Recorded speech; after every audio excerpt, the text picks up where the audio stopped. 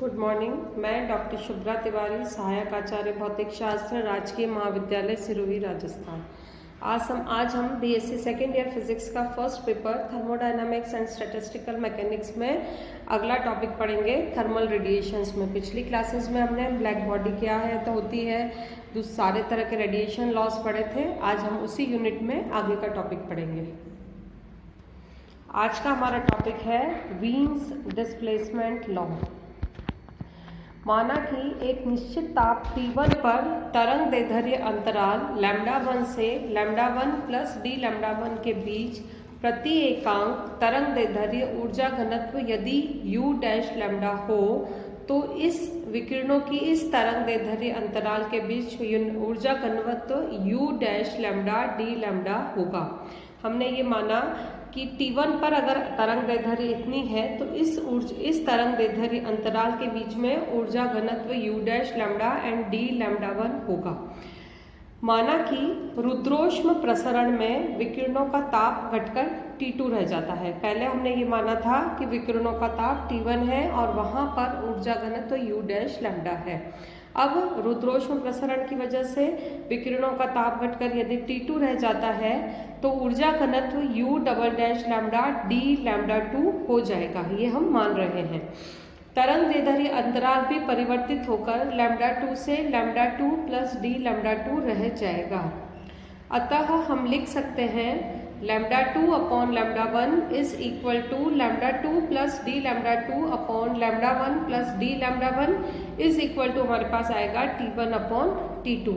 या इस इक्वेशन से हम ये भी लिख सकते हैं d λ2 upon d λ1 is equal to T1 upon T2। मान लीजिए यह है हमारी इक्वेशन नंबर 1।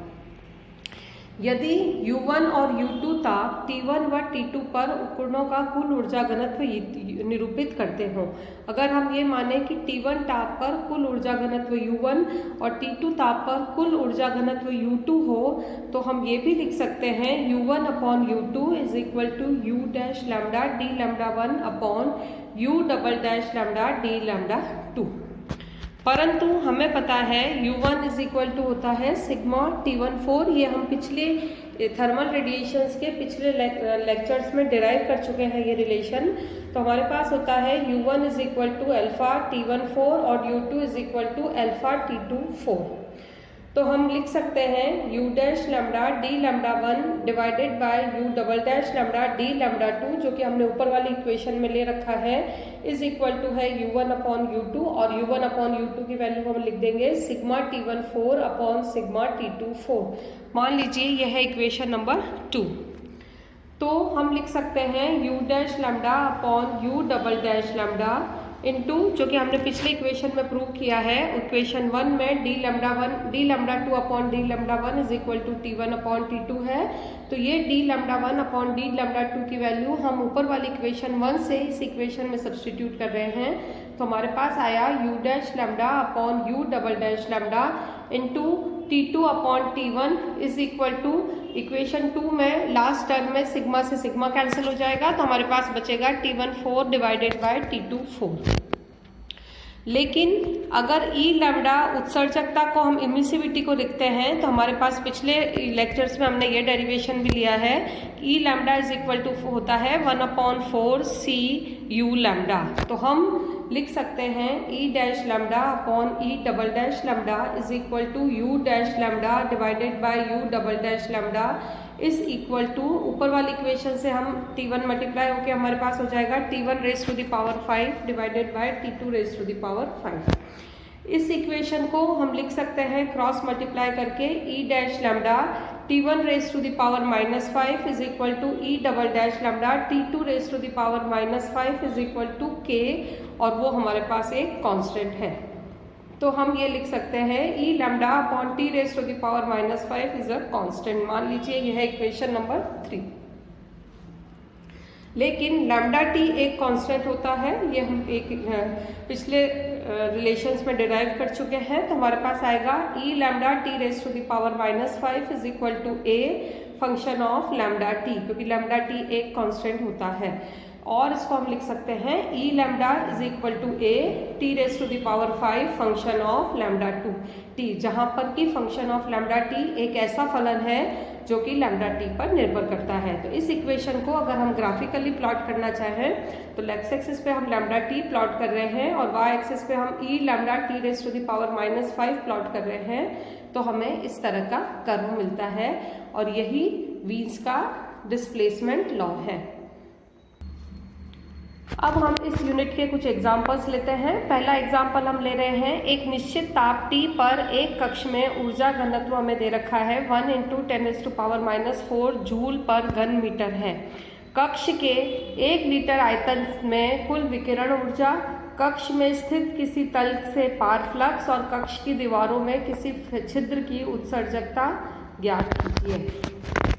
हमें दे रखा है यदि U ऊर्जा घनत्व और V कक्ष का आयतन हो तो हमें दे रखा है कुल ऊर्जा जो कि कैपिटल U से लिखी जाती है और वो U और V का प्रोडक्ट होती है, वो हमारे पास होगी 1 × 10⁻⁴ और आयतन है 10⁻³ ये हो गया 10⁻⁷ लीटर।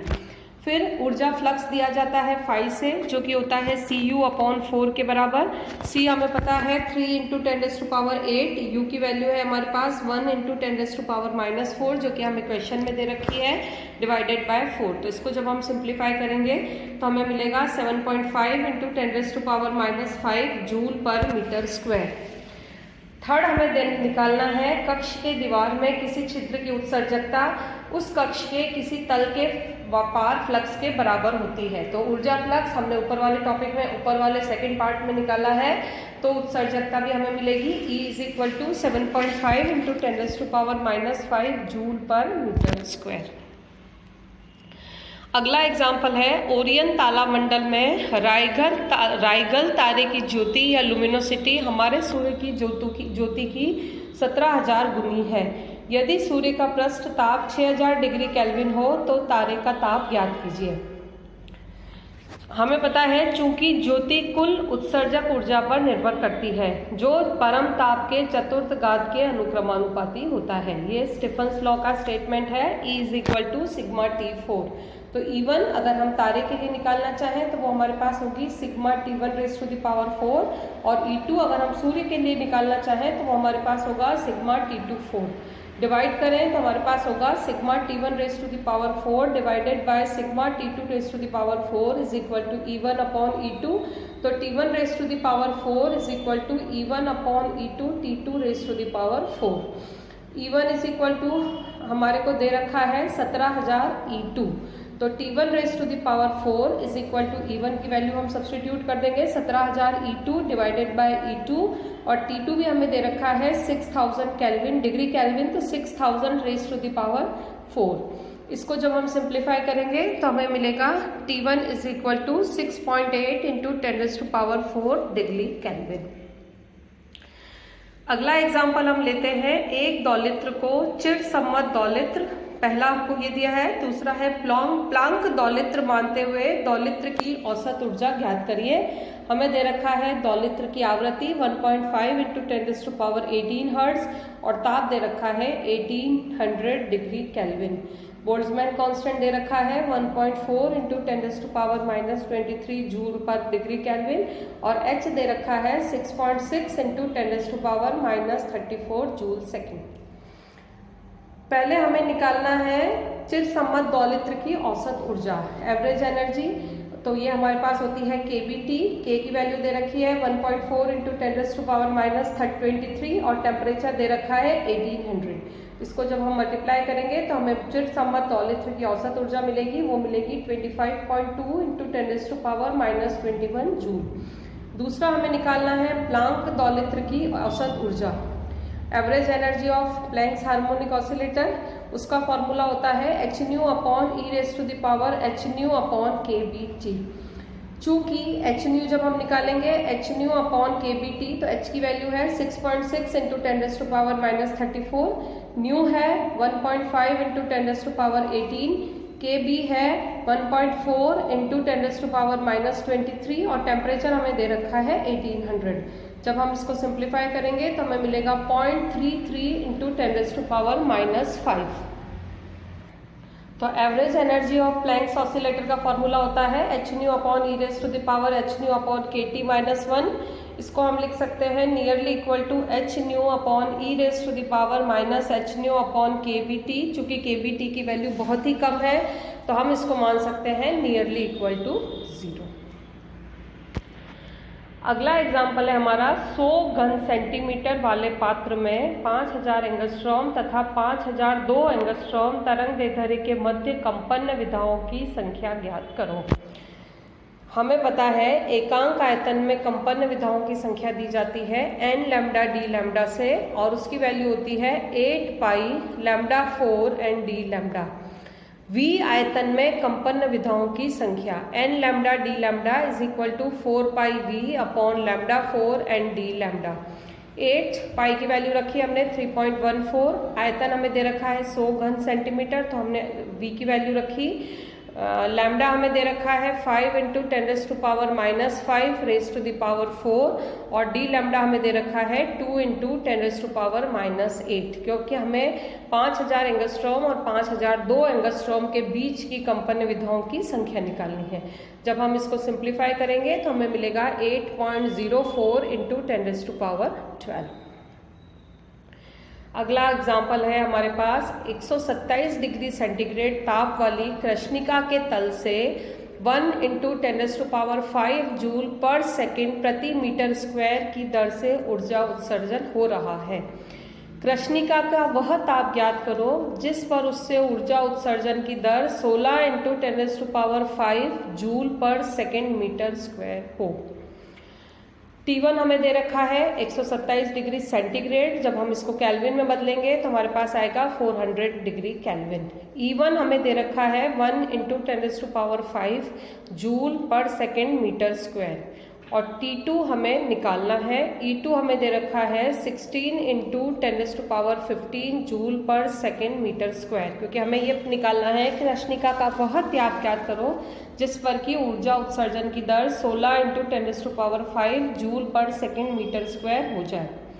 स्टीफन के नियम से सिग्मा इज इक्वल टू होता है E is directly proportional to T4 या E1 upon E2 is equal to T1 upon T2 raise to the power 4। हमें T2 निकालना है तो T2 हो जाएगा T1 into E2 upon E1 raise to the power 1 upon 4। T1 दे रखा है 400, E2 दे रखा है 16 इंटू 10⁵, E1 दे रखा है 1 इंटू 10⁵ और raise to the power 1 upon 4। ये हमारे पास आएगा 400 इंटू 2, इसको हम लिख सकते हैं 200 केल्विन या 577 डिग्री सेंटीग्रेड। एक एग्जाम्पल और है सूर्य के प्रकाश की अधिकतम तीव्रता 5500 एंगस्ट्रॉम तरंग दैर्ध्य पर पाई जाती है। यदि वीन निवियतांक V is equal to 0.3 centimetre पर डिग्री हो तो सूर्य का पृष्ठ ताप ज्ञात करो। वीन के नियमानुसार होता है lambda m T is equal to B। हमें ताप निकालना है तो T इज इक्वल टू हो जाएगा B upon lambda m। Wien नियतांक हमें दे रखा है 0.3 सेंटीमीटर पर डिग्री तो हमारे पास B की वैल्यू है 0.3 और लैम्डा m हमें दे रखा है 5500 एंगस्ट्रॉम तो 5500 इंटू 10⁻⁻8 तो ये हमें मिलेगा सिंप्लीफाई करके 5455 डिग्री केल्विन।